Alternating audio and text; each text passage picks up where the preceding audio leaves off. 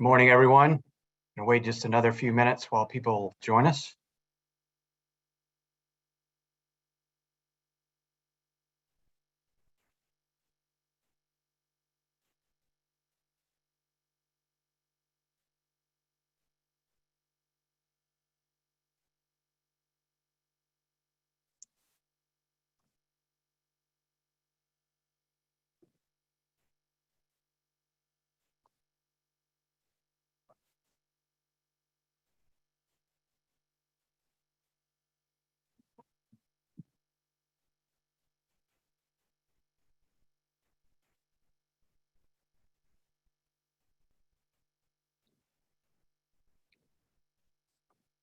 Well, good morning.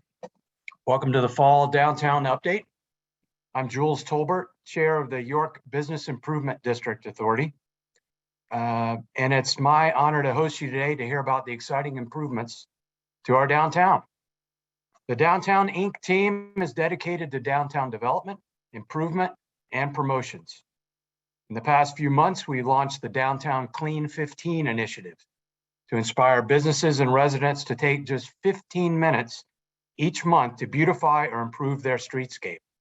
Whether planting flowers, cleaning up litter, or pulling some weeds, we encourage all to participate. Together, we can continue to improve clean and green of our downtown. Additionally, First Friday programming this summer created a bustling downtown York. And even just this past weekend, we welcomed over 125 attendees to the Sweetest Pint tour in our city. At every turn, we are continuing to promote and improve our downtown districts. These improvements have created direct benefits to our downtown. As of October 15th, there are 37 new or expanding businesses in the Central Business District of York this year. For example, Paper Moon Waffle Company in Central Market.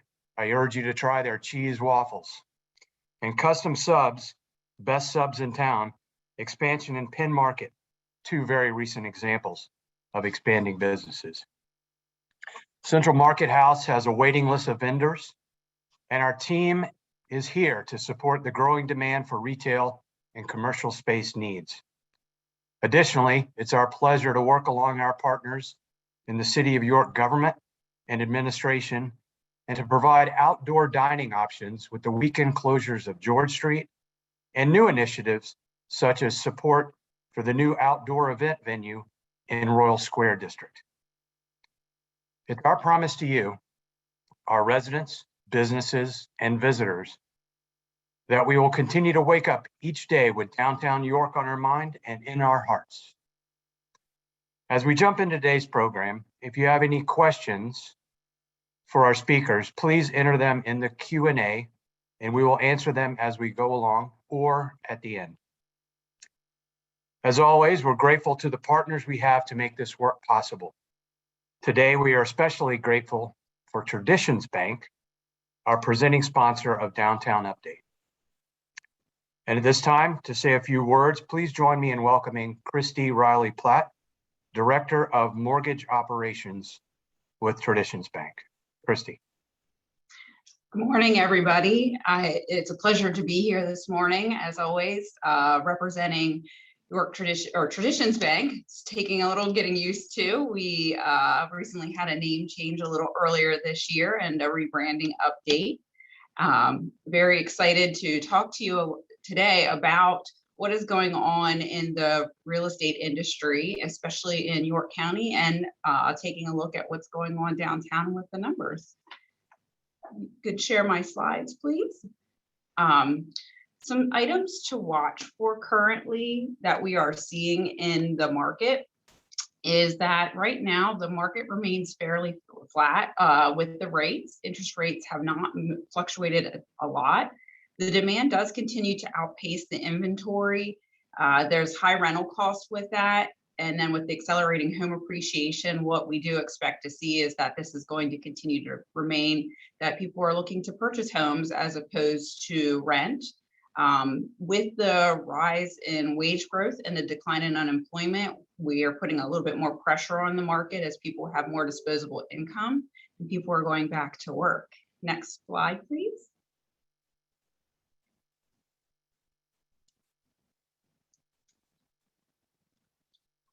So taking a look at where we're at and where we're heading, just taking a look at what's going on in the industry right now. The Federal Open Markets Committee is taking a look at pulling back some of the stimulus that was provided during the pandemic.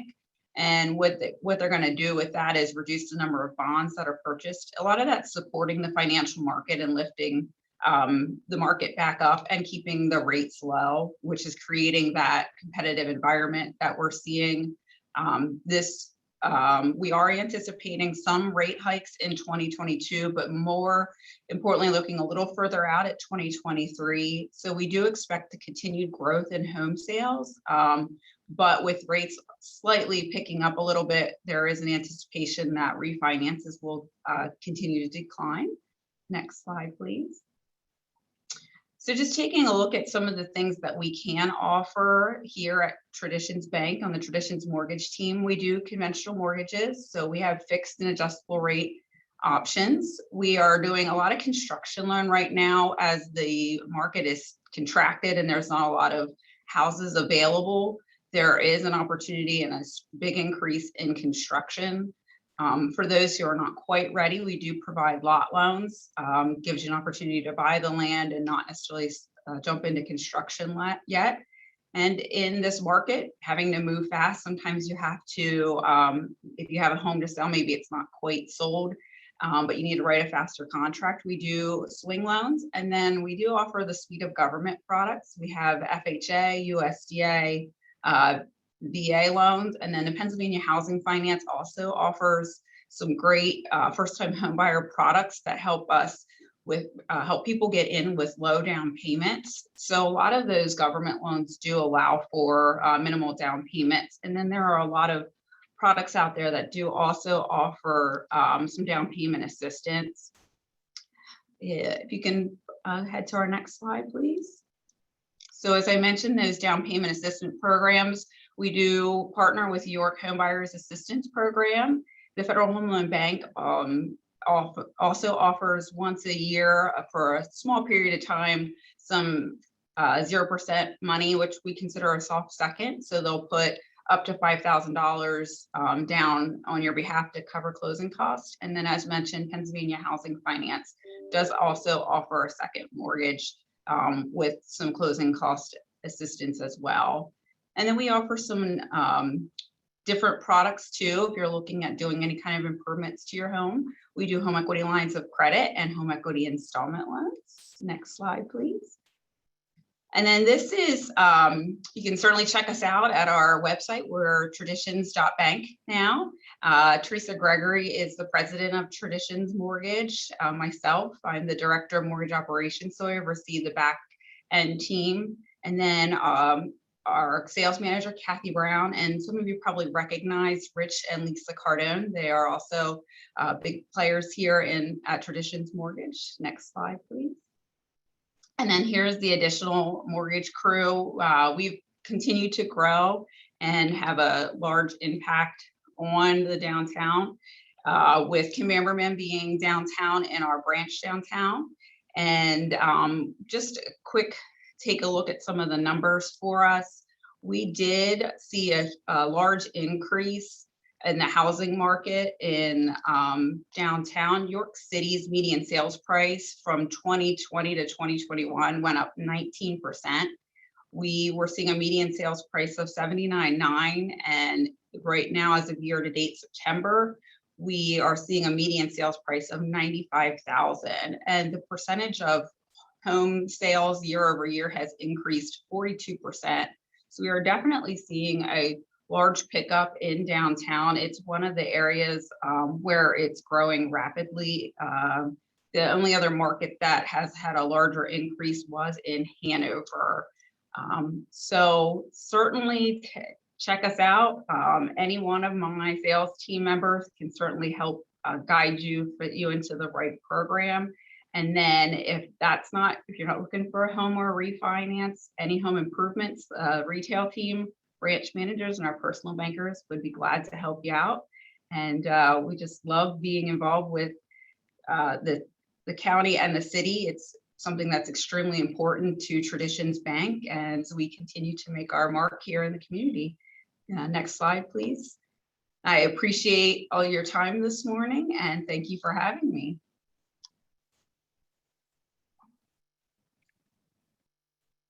Chris, thank you for that important update, and thank you Traditions Bank for your sponsorship of today's event.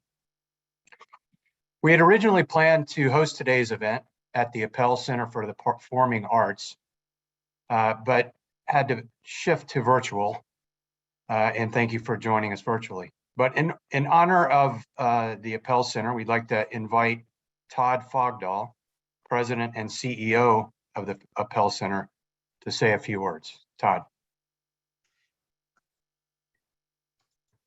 Good morning, everyone. Thank you so much for giving me this opportunity. And again, as Jules said, we're sorry that we are not here in the Capitol Theater. However, I want you to know that our doors are open. Broadway shows, live music, comedy, film, symphony. We are continuing to bring and to grow the great mix of the performing arts that we bring to the community and that we use to bring the community together inside of our theaters. Just a little sampling of some of the things that are coming up here in the next couple of weeks. On Friday, in celebration of Halloween, we are doing a silent film version of Nosferatu, the 1922 sort of Dracula film. If you've never been to a silent film live accompanied by Don Kinnear on our Wurlitzer organ, it's really a great experience. Then on Saturday, the York Symphony Orchestra will be doing their second classical concert of the year. It's a program of music from the Schumanns, the married composing couple. Then on First Friday, November 5 is going to be a very busy night here in our facilities. We are bringing back the Jazz in the City program that happens in the studio. It's been on hiatus for about the last year and a half. The Appel Center has taken that over and we're thrilled to be bringing that back. And then also that evening, we're bringing in one of the big bands from the 90s, the Psychedelic Furs, will be playing in our Strand Theater. We are right now, for everyone's health and safety and coming back into the theater, we are implementing a proof of vaccine or negative test policy. Doing that to keep everybody healthy, keep everybody safe. There's more information about that, as well as all of our upcoming shows on our website, appelcenter.org. We look forward to seeing you soon. And again, I thank you all so much. Thank you, Todd. I certainly look forward to participating in some of those wonderful upcoming events at the Appel Center. Our first guest today is a longtime leader in York City and York County community. Kelly Gibson is president of the Cultural Alliance of York County and is here to share about the launch of the Cultural Alliance's Creative Entrepreneur Grant Program. Kelly, stage is yours. Thank you so much. Good morning, everyone. Thank you so much for having us. For the past 22 years, the Cultural Alliance has been the backbone of our cultural community, providing grant funding and training to allow creatives to take risks and grow. As we developed and launched direct grants to artists over the past few years, we've learned that creative businesses based throughout York's urban and rural neighborhoods, and their success has a direct impact on their local economy. They lead innovation, deliver creative products, and they cannot be outsourced.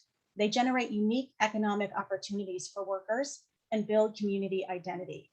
We also learned something else.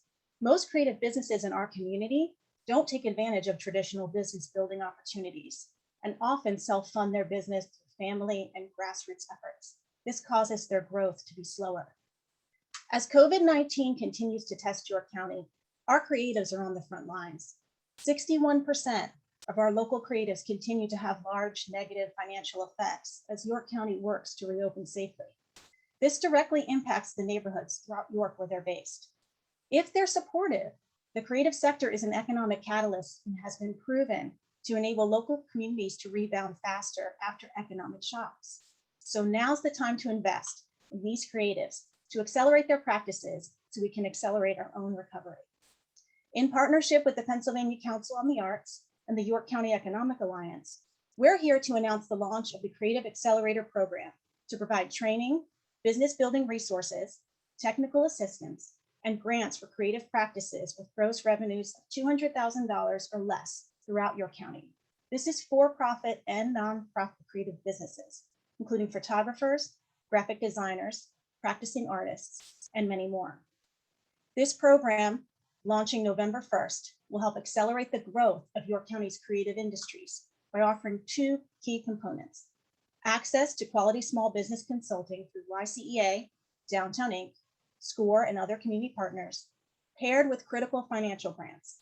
Creative entrepreneurs who aspire to start their own business or expand their practice will be able to receive between $500 and $2,500 on a rolling basis, in addition to their services. It's going to be structured very differently than other grant programs. Instead of starting the process with a lengthy application that people have to find, interested creatives will be directed to submit a simple letter of interest. We'll use that information to match the Creative Accelerator applicant to the right York County Economic Alliance business development partner to workshop what will accelerate their practice. This will provide Creative Accelerator applicants dedicated time with trained community experts that can guide them every step of the way, connecting them to the resources they need to build their businesses. This provides much needed resources and connections even before any application takes place, which provides immediate benefit and a tangible, value at no cost to the applicant.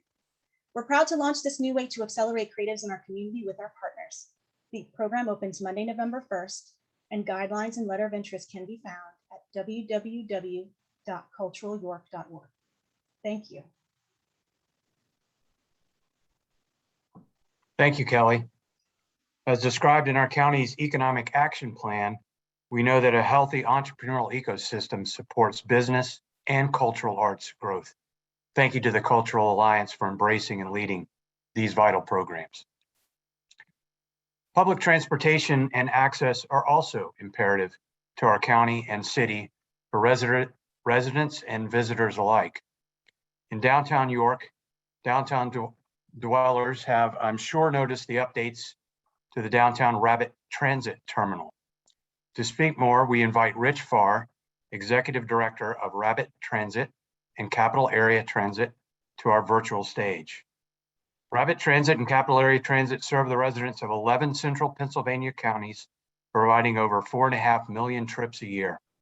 Rich's leadership has resulted in a number of initiatives, including piloting Paratransit software and the Find My Ride PA project for the Commonwealth of Pennsylvania, as well as the creation of a 501c3 nonprofit known as Rabbit Cares.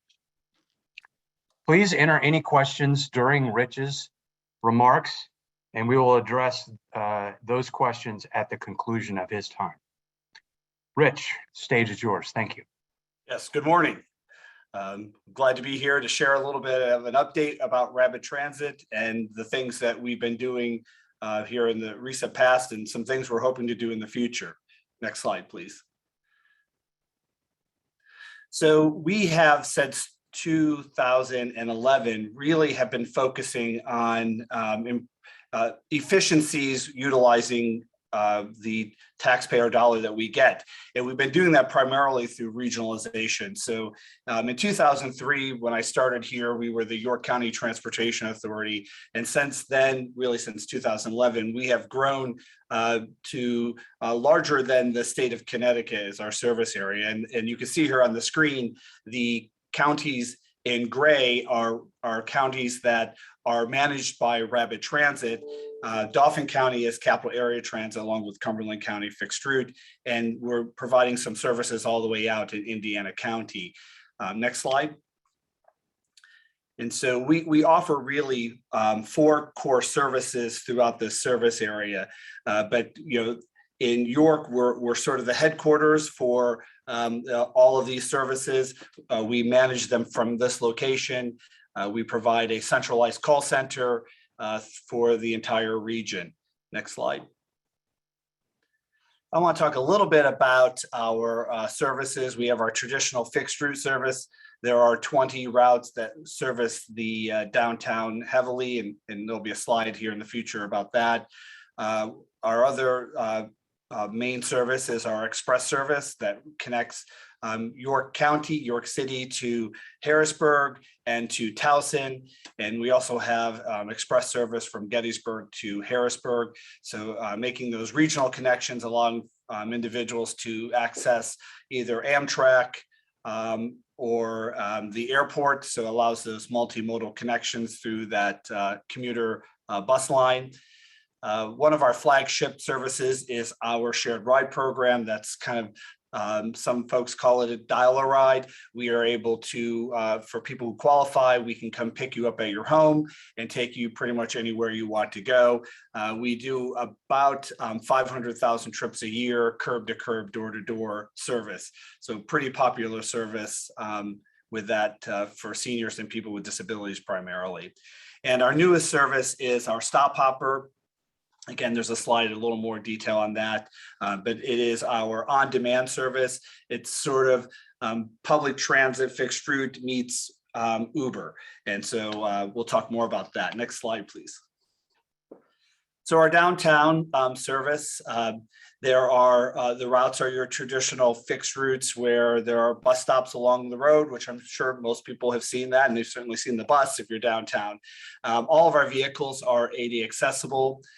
You'll notice on the front of the bus that there is a bike rack, again, an initiative to make us multimodal. We have nearly 2,000 bike boardings a month. So individuals who need to travel further. So a lot of our residents work in large industrial parks that continue to grow.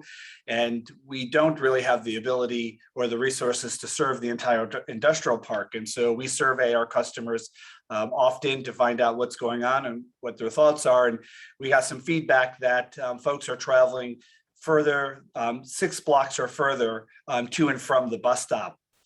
And so at that time, we decided to offer bike racks, and it's been a growing program ever since. Next slide. So our Rapid Express is the commuter designed for commuters who may live in York County and work in the Harrisburg or Maryland region. They're delivered in the type of bus you see here. So it's your over-the-road coaches, comfortable Wi-Fi. We offer emergency ride home programs. So if you ride with us and you're happen to be stranded for some reason, have to work late, have to leave early, we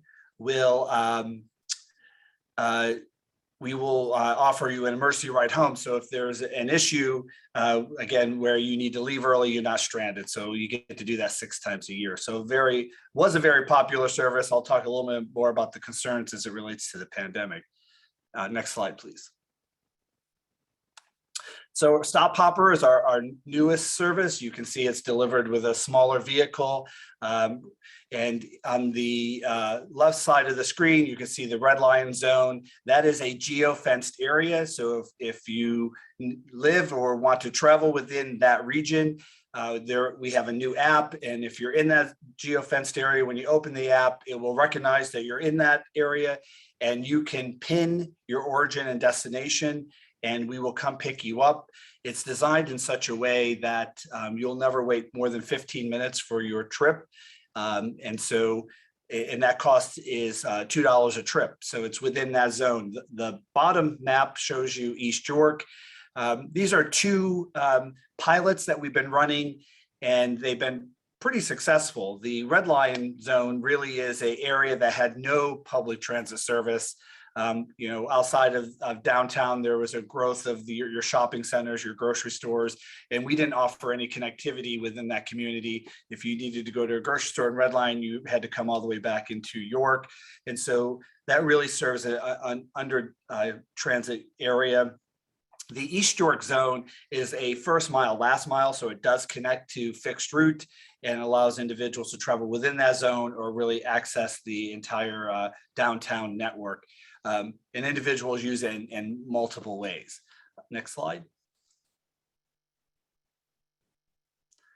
Our newest service really is the Gettysburg Hanover Connector. This was an initiative that was kicked off by the Adams County Community Foundation, along with a group over there called At Home, really focusing on housing and job access and transportation. And so trying to get individuals access to employment opportunities. We were working on the behind the scenes, trying to figure out how to make it move forward. And we caught the attention of the governor, and he made it part of his workforce development pilot program that he launched. There was a couple other fixed route programs like this across the state, connecting individuals to employment opportunities. It runs Monday through Friday, 6 to 6. And so it started off pretty slow, but the ridership growth is pretty percentage-wise is pretty substantial. It's growing, about 20% a month. Again, a small number plus a small number, but it is showing that steady growth, and we've been operating it since the early winter. Next slide. Paratransit is one of our lifeline services for seniors and people with disabilities. We provide through advanced reservation. We will come pick you up and take you to wherever you need to go. We have two programs. One is the senior lottery program funded by the lottery. And then the other is a PennDOT program for people with disabilities. The people with disabilities program, more than 50% of our riders use it to access employment opportunities. So it is a lifeline service for that community to get access to employment, and pretty popular service. Next slide. So COVID has had some effect on us, as you can imagine, with the shutdown, and there's been a trend from working at home, all which affects how people utilize mobility services. In the middle of this chart, the baseline, the dark line running, is our average daily boardings based on history. And you can see each service line, how it compares to that baseline. So many of our core products have recovered to about a 70% recovery rate.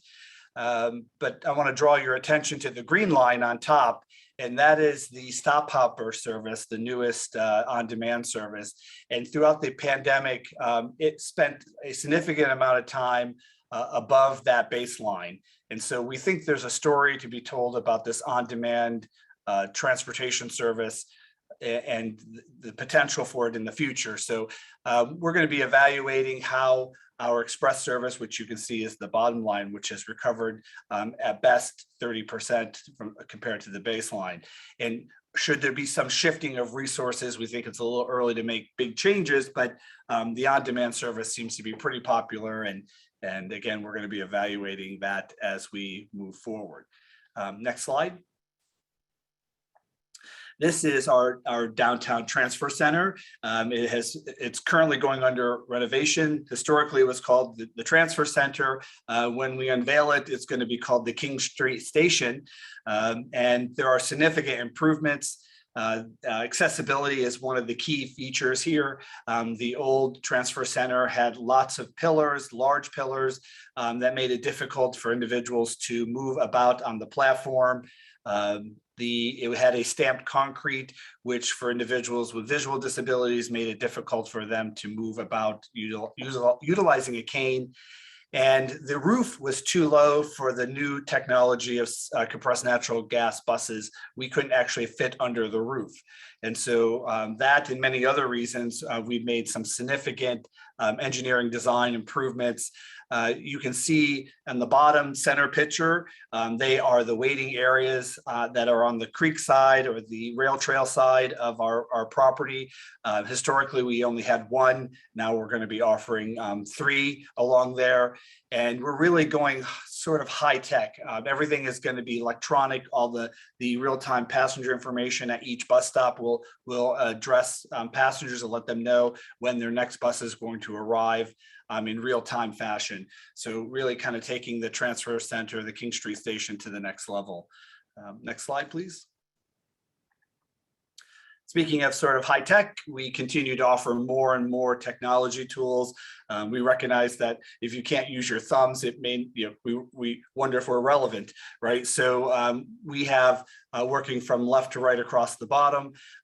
The Find My Ride is an online booking for the shared ride program. So you no longer have to call us. You can manage all of your shared ride transportation right through this app. You can book your trips, you can cancel your trips.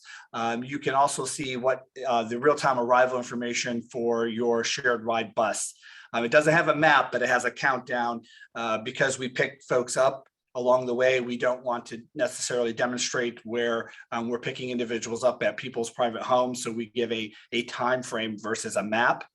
The center is our mobile ticketing. So we encourage folks to move away from the paper passes, the electronic media passes to a mobile application, and you can buy your passes here and utilize them to board the bus right from your smartphone. And then on the right-hand side is our real-time bus tracker and trip planner. So you can go to My Stop and you can plan out your route. You can set reminders to let you know when the bus is arriving so you can make it to the bus stop. So a lot of great tools electronically that we're offering our riders now. Next slide, please. Rabbit Cares, I think we're the only transit system in the country who created our own nonprofit. As a municipal authority, we are tax exempt, but when we work with private foundations, they don't understand what a municipal authority is. And so we created Rabbit Cares really to target 3 areas: veteran transportation, food access, and access to care. And we're having pretty good success on all of those fronts. I want to highlight our activities today in the Veterans Transportation Program. Next slide, please. So our veterans program, we have provided, I think, nearly 18,000 trips to veterans to the Lebanon VA hospital, access to the local CBOX, which is the local community health centers, really connecting veterans to those medical needs if they don't have transportation. And that's been very popular.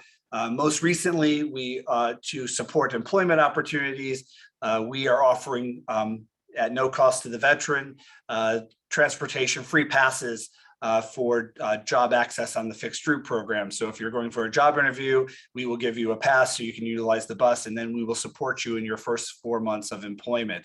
And so I think, we continue to grow this program. It certainly is something that gains attention, and we've had lots of support from private foundations to keep this program going. And then, access to care, we're working with a lot of the local healthcare providers and, and fresh foods for access to food, and doing some cool stuff there too. That's our veterans program. Next slide. We have spent, like everybody else, a significant amount of time navigating our way through the pandemic and COVID. There is some fear about riding the bus in close distance. So under TSA orders, we still are requiring face masks when you're on board any public transit vehicle or any transportation vehicle in the country. You still have to wear a face mask. We continue to really sanitize the vehicles. We're using the electrostatic foggers, wiping all the touch points, and just continue to encourage everyone to practice good hygiene to make it safe for everybody. So next slide. Speaking of the pandemic, when we had lots of drivers and not a lot of trips, we utilized our services in different ways. And so, again, I think one of the first in the country to offer transportation to homeless individuals who needed to quarantine. So we provided exclusive transportation from any of the shelters to the quarantine locations for those individuals. We took individuals to testing sites and vaccine sites who could not have access to those locations. On our shared ride program, we have offered free transportation to anyone and continue to do so who wants to get a vaccine. We'll have to talk about the boosters, but we're working on that. And access to food. So if individuals were stuck at home, we would take food to them if they were quarantined. Next slide. All right, that leads us to questions. So Jules, do we have any questions? As a reminder to everyone, Rich is going to answer questions now. So if you have a question and haven't entered it, please do so. And thank you, Rich, for that outstanding presentation. I'll hand it over to Casey to manage the Q&A here. Casey. Thank you. So we had a question come in regarding the access to the hopper. How can city residents access the hopper service? Well, currently, the hopper service is in those 2 geofenced areas. So if you're in East York at the Walmart shopping center, that's where the Route 1, which is our busiest route, connects to the stop hopper on the east side. So you really, it's those 2 geofenced areas is where you access them. You can't access them outside that. We are looking at other areas within our service area to deploy stop hoppers. We actually have a couple pilots underway, some in the northern counties, Sunbury and Danville, and we're looking at Chambersburg. So we are expanding it and trying to get more understanding. To be honest, I want to make sure that we don't compete with the existing fixed route at the same time. So how can we add this service in a very complementary way to really maintain service levels? So we have a lot of work to do, but if anyone has suggestions, if you go on our website, rapidtransit.org, you'll find under contacts my information's right there, my email. I'd really encourage folks to email me. Thank you, Rich. And just a note for any attendees on the call today, if you do have additional questions for Rich, we are a little tight on time, but we will take those questions down and send responses to everyone following the program today. And then I'll get one last question in, Rich.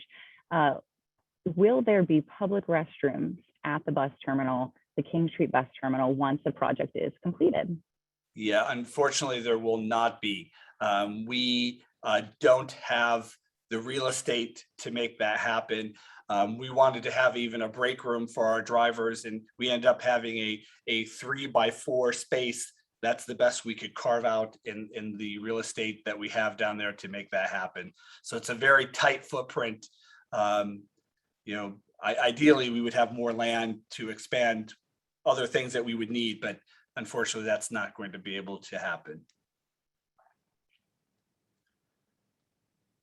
All right, Rich, thank you again for that very informational session. And thank you for providing such excellent service to our downtown and county. Thank you. Next, we welcome District Attorney Dave Sunday, who will discuss recent mental health initiatives. District Attorney Sunday leads an office of prosecutors and detectives who together investigate and prosecute more than 10,000 criminal cases annually. Since its inception, District Attorney Sunday has been an active participant in the Group Violence Initiative and is co-founder of the York Opioid Collaborative. To discuss programs such as CARD, START, and the co-responder model, please join me in welcoming to the virtual stage, District Attorney Sunday. Thank you, sir. It's an honor to be here with everyone this morning. Can we move to the next slide? First slide? Okay, let's go one more. Okay, before I get started, I want to apologize. I'm getting over a bit of a sinus infection, so if I have to keep taking sips of my tea that my wife so lovingly sent with me to work today, I just want to give you a heads up as to why. So I have here the mission statement of the District Attorney's Office, but and I was going to talk about that briefly, but in the spirit of time, let's go ahead and move on to the next slide. And then one more. And one, let's stay here. Okay, so before I get started and talk a little bit about our initiatives with regard to mental health, I want to give a brief, like 2-minute overview of what we're doing right now in the DA's office and some of the challenges we're facing, because it all ties in together. With everything we do in this system is tied together. Everything impacts each other. And so I want to start out with a statement that is very critical to my role as a prosecutor. And that you should see it right now on your screen. The primary responsibility of a prosecutor is to seek justice, which can only be attained by the representation and presentation of the truth. This responsibility includes, but is not limited to, ensuring that the guilty are held accountable, that the innocent are protected from unwarranted harm, and that the rights of all participants, particularly victims of crimes, are respected. I say that because oftentimes as I travel through the community and talk about a lot of the initiatives we have, everything from mental health to reentry to our work with substance abuse, I get questions sometimes, why is that part of your mission? Why is that something that you care about? And the reality is because if we are to achieve all of the goals of public safety, we have to address all these issues. And when you look at what our responsibility is, this is something that is critical not only to our mission, but to keeping the public safe. So let's move on to the next slide. Okay, we can move on to the next one. Okay, the County of York, the District Attorney's Office, and a lot of people don't realize this actually, covers the entire county. Our population is approximately 450,000 people. York County is 911 square miles. We have 36 boroughs, 35 townships, 45 unincorporated communities in one city, 16 school districts, 6 public charter schools, 3 independent schools, and 1 vocational school. I say that I put that on here because when we talk about initiatives and how we achieve them, it's critical that we understand some of the challenges we face with regard to the nature of a Commonwealth, and in particular, the County of York.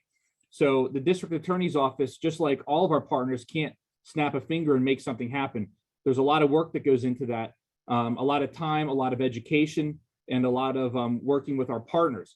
When you look at this, and you also have to remember, we have, actually move on to the next slide here. So we have over 20 law enforcement agencies that work within York County. That includes the York County Drug Task Force, our forensic and cyber team, the CARE team, the quick response team, and in addition to the law enforcement agencies, we also have our probation services. We have our state and federal partners.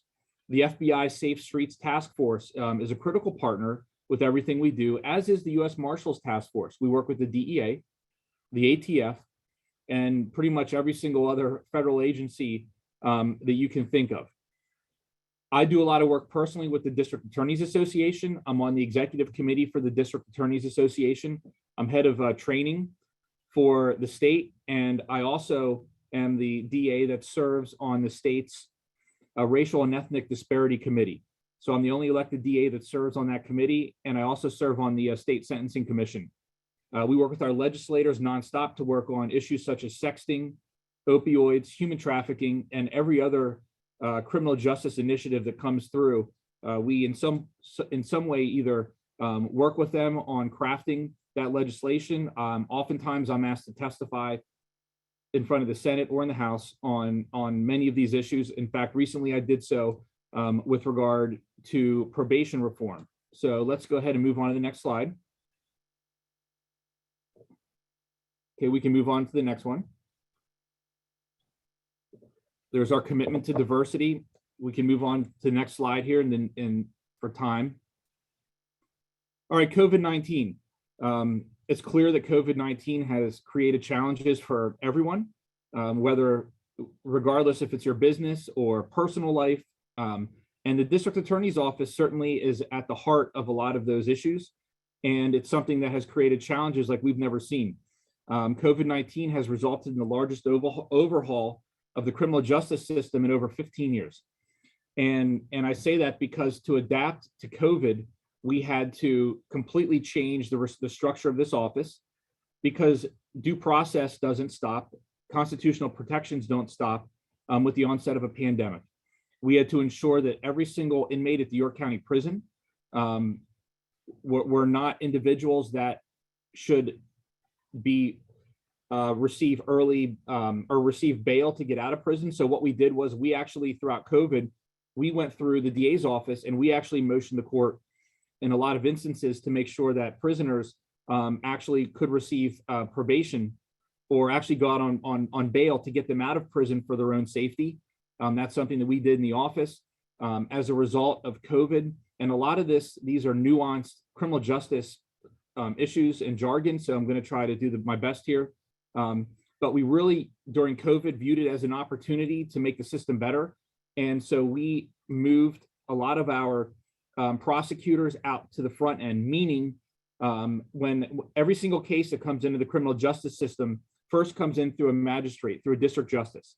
And in the past, the cases would go through that district justice and they would all come up here to the Court of Common Pleas. What we did was we front loaded the system, and this ties directly to the initiatives such as CARD, diversion, and a lot of stuff we're going to talk about here. We got the prosecutors out to the DJ's offices, and as a result of that, they were able to divert more cases, and we're going to come back to diversion in a second. And so that was very important to us. I am very familiar with shift work, okay, because I worked at UPS for 8 years, and I was also in the Navy for 4, right? So, but I will tell you, many of the prosecutors in my office were not familiar with shift work, and I took care of that. And so during COVID, we went to shift work for the majority of the attorneys. And so we had 3 shifts here in the office. We ultimately went to 2 large shifts, but to make sure that we could stay socially distanced, but also provide the services that the citizens in York County certainly demand and are needed. So let's move to the next slide here. And I apologize if I'm talking fast. I'm trying not to do that. However, there's a lot to cover. And if anyone has any questions that we can't cover today, you can email me, you can call me. I will always be available to come to you, or you can come here and we'll go through everything that we're discussing today. Challenges and opportunities. I really think this is really the most important slide that I have on this entire presentation, because we viewed challenges as potential opportunities all throughout COVID.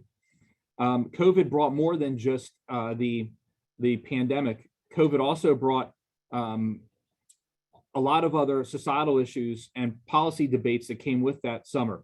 During the murder of George Floyd and everything that came with it, we viewed that as an opportunity to really take a deep dive into how we do business and just do it better. So to start with, we had obviously the issue of public trust is critical.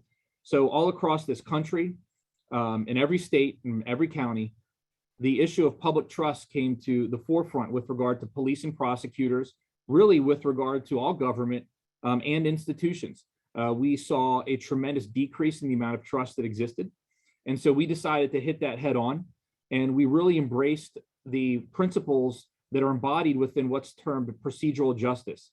So with procedural justice very simply means, and this is data driven, this is based on data, it's based on studies, that when individuals understand why something happens, they are much more likely to accept it, even if they disagree with it. And so we took a deep dive all throughout this community to talk to every single person we possibly could. We reached out to every partner. We created so many new partnerships and relationships that I'm very grateful actually for that opportunity. And those partnerships have now flourished into a lot of the wonderful things that is happening today. You know, we have and I know everybody on the call knows this here, but we have a wonderful, robust, thoughtful, diverse community, and we're all truly in this together. And it's really been an amazing opportunity to work through these issues with so many trusted partners and so many new friends and people that we just have learned and that we've got to know along the way. So public trust, number one. Public trust impacts us in so many ways. At the very, the very least is collaboration with law enforcement. I have a tremendous partner in Commissioner Muldrow with regard to digging into public trust, but we also have to remember that, you know, York County is a large county, and I have to address these issues all across the county in many different ways. That brings us to police reform.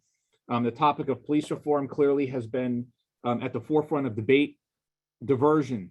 What is diversion? Diversion is very simply, instead of letting someone go through the criminal justice process and let them languish in a prison. I see my two-minute warning came up. So that came up really fast. All right, so let's keep going. Let's actually move to the next slide. Okay, so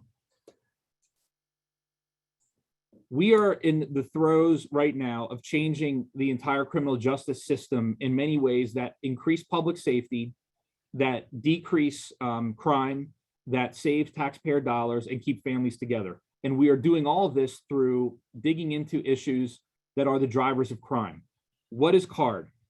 Right now, we have an ongoing over-involvement of people with unmet behavioral needs in the criminal justice system.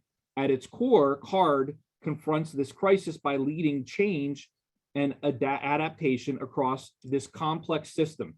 So essentially what CARD is we brought all of our criminal justice partners together to identify how we can impact these drivers of crime. When we look at the crime in York County, okay, and I will tell you right now that probably 70% of the cases that come through this office are cases that are either directly or tangentially related to drug abuse and mental health issues. Everything we're doing is geared towards identifying those drivers and finding ways to address them so people stop committing crimes. CARD does not mean soft on crime. Soft on crime is not what this is about, because oftentimes accountability is more difficult to someone than actually just not prosecuting a case. Around 30% of the cases that come through are the types of cases where people just need to go to jail for the safety of the community, because the nature of the crime. But that's not all of them. And so what CARD is, ultimately the end result of CARD is the creation of a wellness and diversion center in our community that can act as a one-stop shop for members of this community and those in the criminal justice system to quickly access essential treatment and other support services. We have a pilot on that right now. That pilot is in collaboration with our partners at WellSpan. A partnership with WellSpan Philhaven is actually driving CARD even more than quickly anticipated. This partnership includes branded office space for CARD, co-located with WellSpan Philhaven's new START behavioral health facility. This allows CARD's project director to work in concert with behavioral health professionals and diversion-focused probation services and MHIDD staff to draw direct connections between justice, health, and service systems. At its core, if you take nothing else away from today, at its core, CARD is a program that exists where all of our community partners work together to bring together and to make more effective the system between the criminal justice and our mental health community. Right now, it's sort of everywhere, and there are many needs that are not being addressed. We are very proud of the work that's been done with CARD. This is 4 or 5 years in the making. And we are at a time now where we are seeing the legitimate and positive outcomes. Typically, when someone goes to prison, unfortunately, our criminal justice is such that our prisons really have become mental health facilities, right, for people, and that is not acceptable. There are programs that work in concert with CARD, such as Stepping Up. Okay, Stepping Up is a program where we identify individuals as soon as they get to prison that have severe mental health issues or unaddressed mental health issues, that if they, if all things being equal, if they fit and they're appropriate, then we automatically now have the ability to get a mental health assessment within days through the START clinic and through our partnership with WellSpan. Anyone that has worked with the criminal justice system understands that that is really unheard of. And so with all of these partnerships and with the amazing step we've taken with the START clinic, our hope is that we will see positive outcomes that are quantifiable, that we can then broaden and really take across the entire county and make sure that every police department has a place to take people that should go there instead of going to a prison cell. That's a lot. This is very complex. I missed half my slides. I apologize for that. But I will let you know that I'm always here to talk about any of these issues. Like I said, I'll come to you. You can come here and we'll talk about this to anyone that wants to. But I really appreciate your time. I appreciate you having me on. And I think there's really awesome stuff happening. And the very last slide here is my contact information. Or you can just go on the DA's office website. And I think actually if you click on my face, it brings up my email. So everybody have a wonderful day, and thank you for your time and consideration. Thank you, District Attorney Sunday. Thank you for your continued pursuit of public trust and commitment to community partnerships by addressing wellness and mental health. We look forward to an opportunity to learn further about the CARD program and all the other excellent programs that are initiated by the District Attorney's Office. Thank you. And if you have questions for District Attorney Sunday, there'll be an opportunity, short opportunity at the end. Okay, lastly, it's my true honor to welcome two incredible gentlemen who are pursuing development in downtown and in neighborhoods adjacent to downtown. Foursquares development is owned by entrepreneurs and real estate developers Anthony Moore and Fred Walker, who recently have focused their talents in the Salem Square neighborhood. Anthony is also involved in the York College Urban Collaborative Advisory Board, Leadership York Board of Directors, Logos Works Advisory Board, and York Affordable Housing Advocates. Fred is also a member of the One Day at a Time Board of Directors, Salem Square Board of Directors, and Spanish American Multicultural Center Board of Directors, among other initiatives. Both Fred and Anthony hold an ownership share of the York Revolution baseball team. And a reminder, if you have any questions for our speakers, please enter them and we will address them at the end. Fred, Anthony, welcome. Thanks, Jules. Thanks a lot for having us, folks. Just to do a quick brief introduction. The name of our company is Foursquares Development. We've done a fantastic job of developing businesses and getting the downtown area thriving. But as most people know, if you go 2 blocks north, south, east, or west, some of the communities are blighted and dilapidated, and those are the areas that we'd like to focus on. So our tagline is connecting communities 1 block at a time. Next slide, please. Next slide. And Jules did a wonderful job introducing us. So I think we can skip the intro slides as well for the sake of time. Next slide, please. And, oh, sorry, previous slide. Back to the mission statement. We want everybody to understand what our initiatives are. So our mission is to engage local businesses, nonprofit agencies, and government entities in our process for improving the socioeconomic and living conditions of York City historically disadvantaged residents. Utilizing, and what we try to do is a holistic approach for neighborhood-centric revitalization approach. So that's our mission for Foursquares Development, and we've newly just did our construction company as well. Next slide. One more. Next, please. Thank you, Casey. So this is what we call square one, starting at square one. So our block, by way of calibration, is right near the Princess Street Center. So we have Penn Street, King Street, Hartley, as well as Princess Street with Salem Ave going right down the middle. So we've worked with York College Urban Collaborative with some of the students and professors to really get a baseline of all the statistics in these areas. So we've looked at medium income levels, crime statistics, access to healthcare, access to food markets, et cetera. We know there's 247 homes in this area, and we know the percentage of homeowners versus renters. So a good partnership with the college to get all the baseline, and the city with Mike Pritchard in the planning office to get these statistics, and we'll go into more detail. Next slide, please.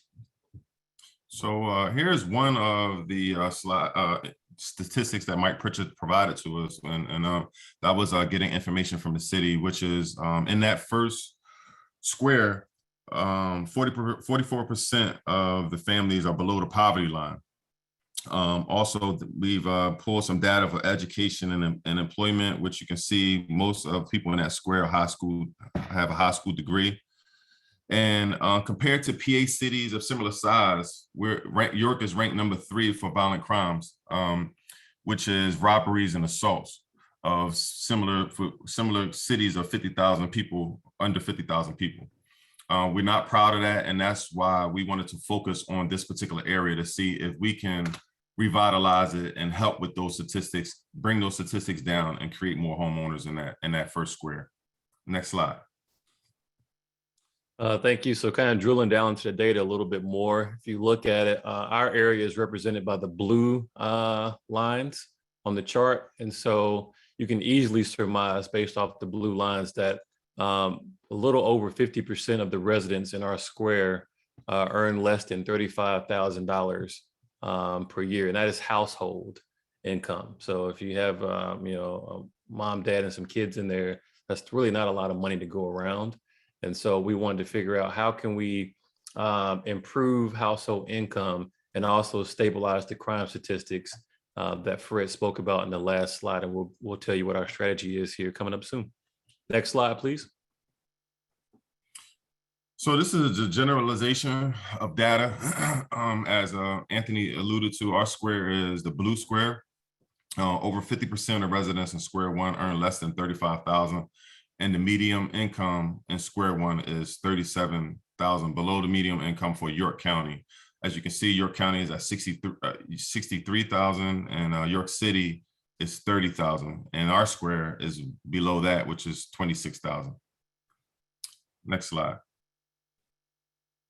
And then going into, why are some of the reasons that folks are earning $35,000 or less in the city. And we broke it down by employment sectors, and only 8% of the population in this region are in what we would call your skilled trades sector, which skilled trades is typically a higher paying wage than some of the other sectors of employment that our residents are engaged in.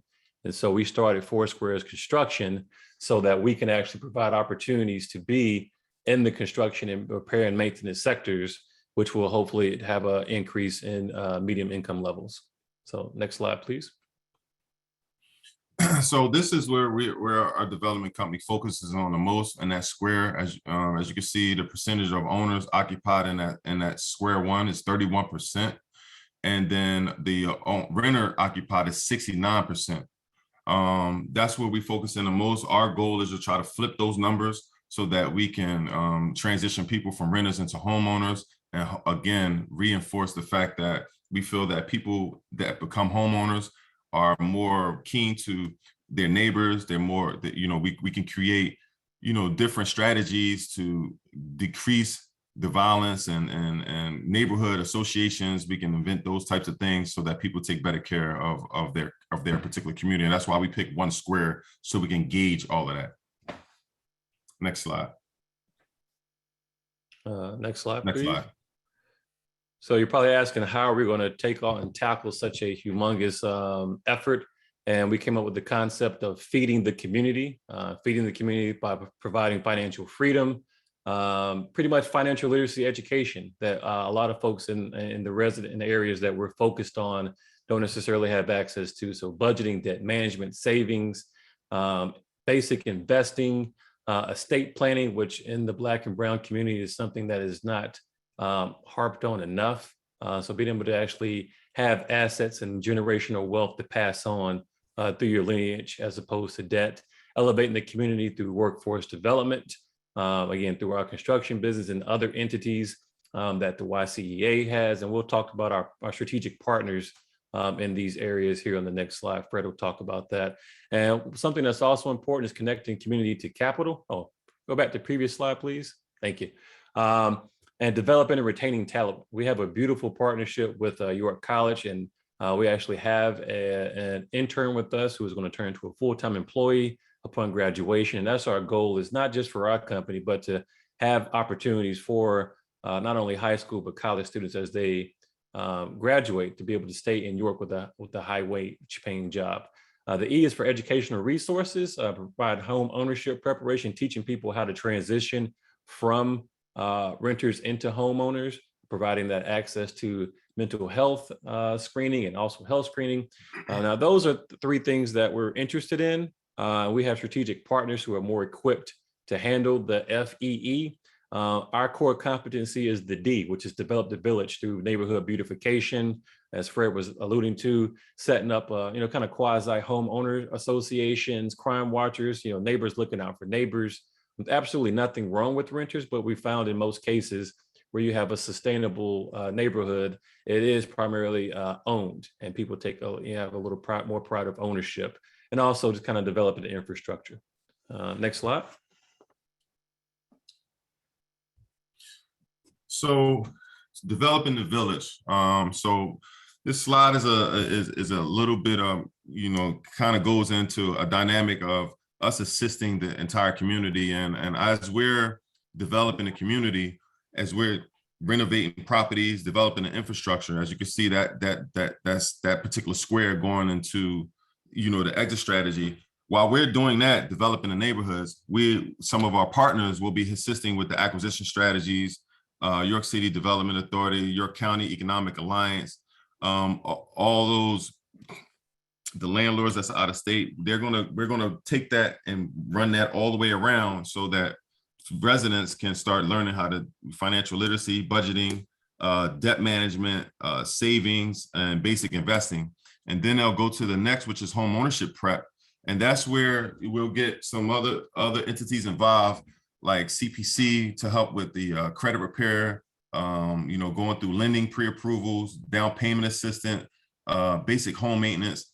And then as they're going through that process, they'll pop out, and then we'll try to get them a house or something within our square that they can afford. So some of our exit strategies, of course, our first competency is to create minority home ownership, create seller finance. Some of that could be like mortgage notes, revenue stream, and different revenue streams for investors.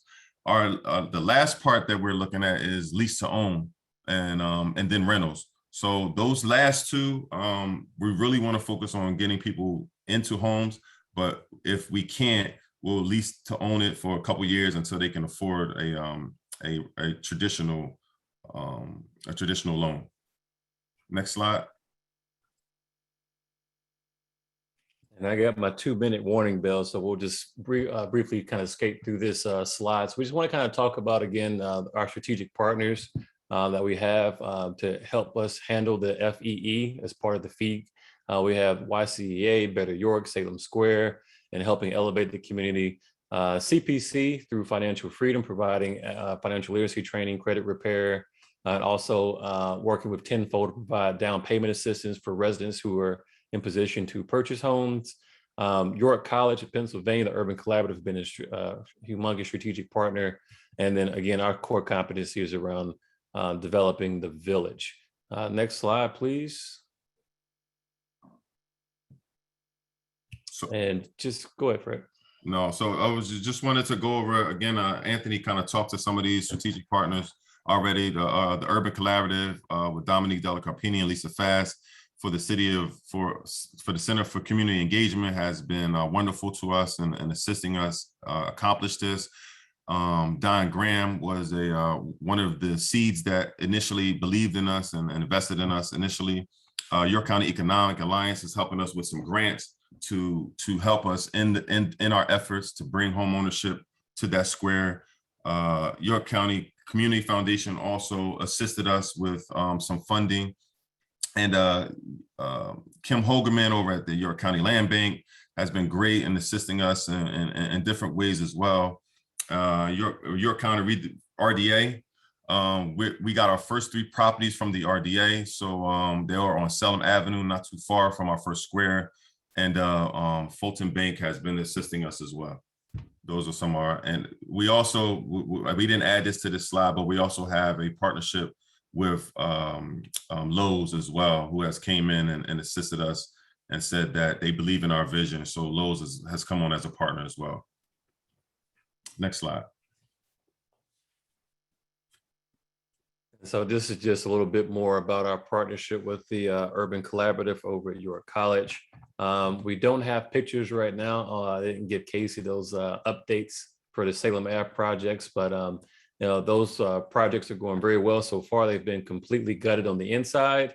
We've got to take down the front brick wall facades and rebuild those. But again, our goal is, as we're going through this process, to have residents going through financial literacy training, so that as we complete renovations, we can give the current residents of that community first right of refusal to purchase these homes. So that way we can actually revitalize the neighborhood without gentrifying it. So that is something that is a key as part of our mission and vision as well. So thank you all for your time, and I appreciate you taking the time to listen to us.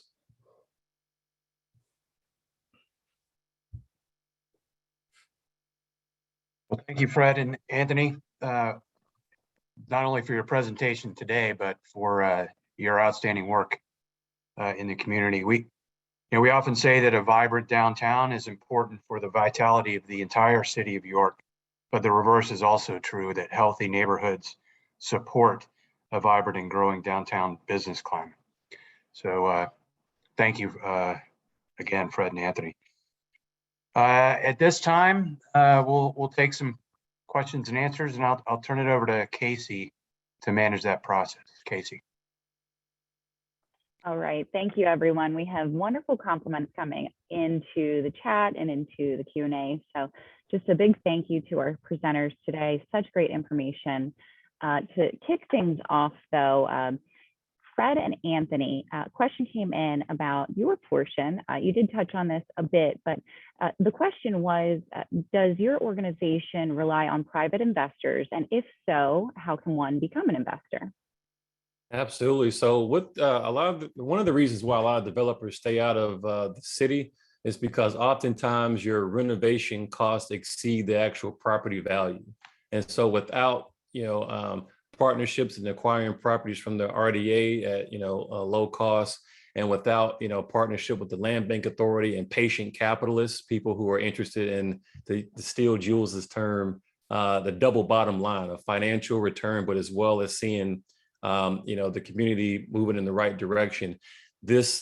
Our premise and this thought does not work at all. And so, yes, we're constantly looking for folks who are interested in, kind of investing some seed money. There'll definitely be a return for you. Can't guarantee you double-digit returns, certainly, but definitely a financial return anywhere between 2 to 5%. And if you're interested, by all means, please get in contact with us and we'll talk more details about it. Great, thank you. And then over to District Attorney Sunday, we have questions for you here. How will your mental health initiatives aid populations experiencing mental health crises? Examples are individuals dealing with housing insecurity specifically. I'm sorry, can you please say that again? I apologize. Sure.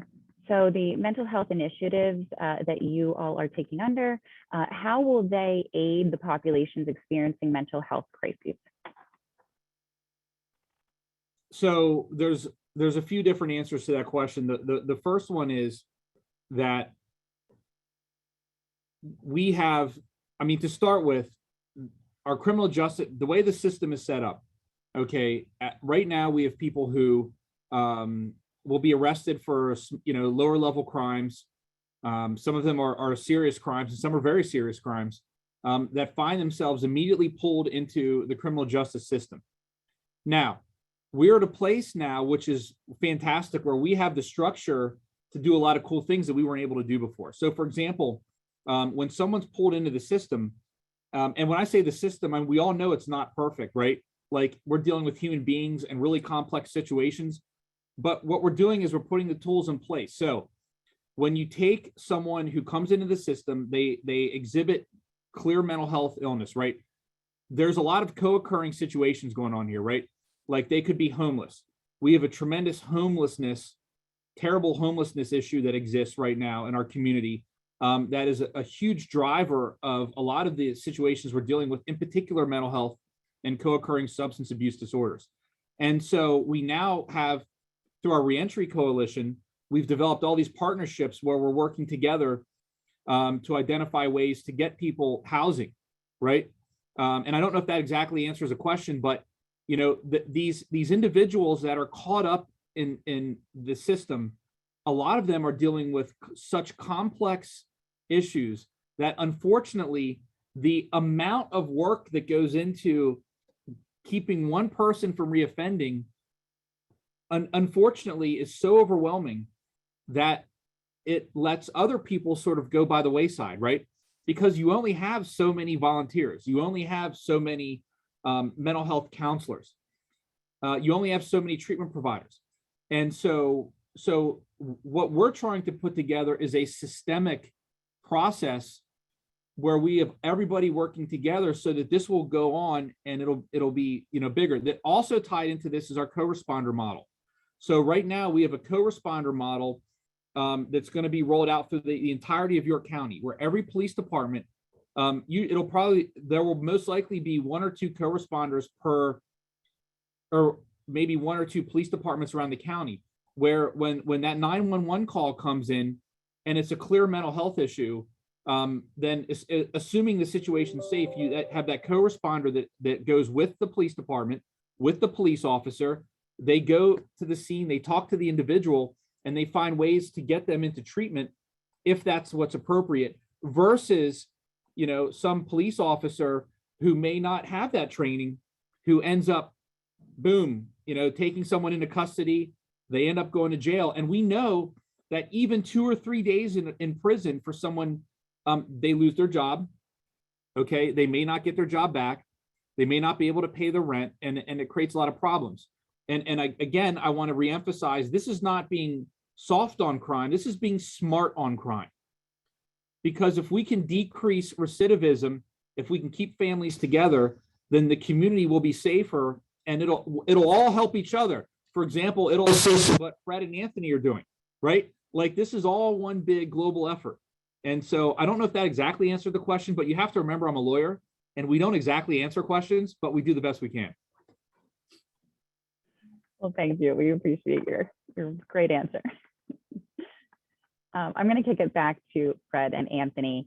The question came in about how Foursquares differs from other local development companies.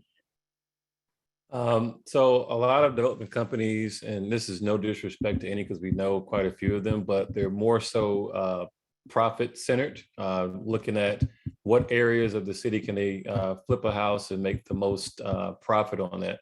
Whereas our approach is we're focusing on one block, and we're looking at baseline statistics around crime, income levels, homeowners versus renters. And our goal is to legitimately focus on this block for the next 5 to 10 years and see those statistics actually improve. See crime driven out, home ownership on the rise, generational wealth for families who typically didn't have access to it, training people in financial literacy. Again, it's the holistic feed approach.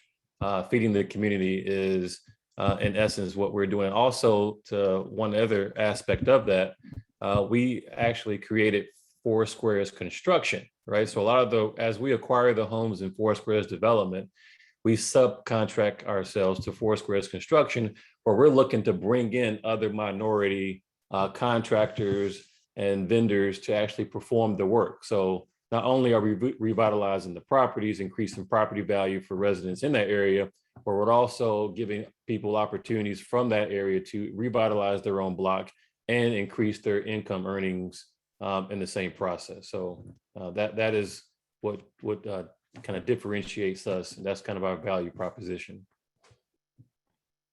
Thank you. That's wonderful. And before we take one last question, I did just want to let everyone on the call know that Kelly has actually answered the questions that came in for her in the Q&A feature. You can access those answers in the question and answer feature, which is on the taskbar at the bottom of your screen. So feel free to check that out for her answers. And then one last question here before we wrap. I'll just follow up. We have one person that just wanted to say you're doing great work, Anthony and Fred, amazing work. And they're wondering if you have considered hiring a social worker to work with the families that you're trying to support. We haven't looked into that aspect of it, but that's definitely something that we can entertain. And you can reach out to myself or Anthony, and we could discuss that and talk about that as well.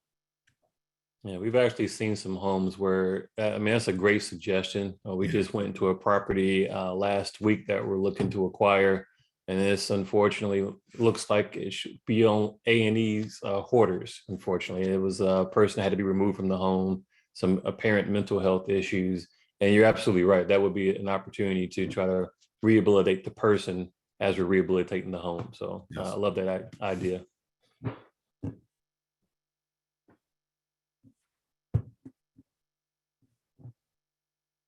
All right.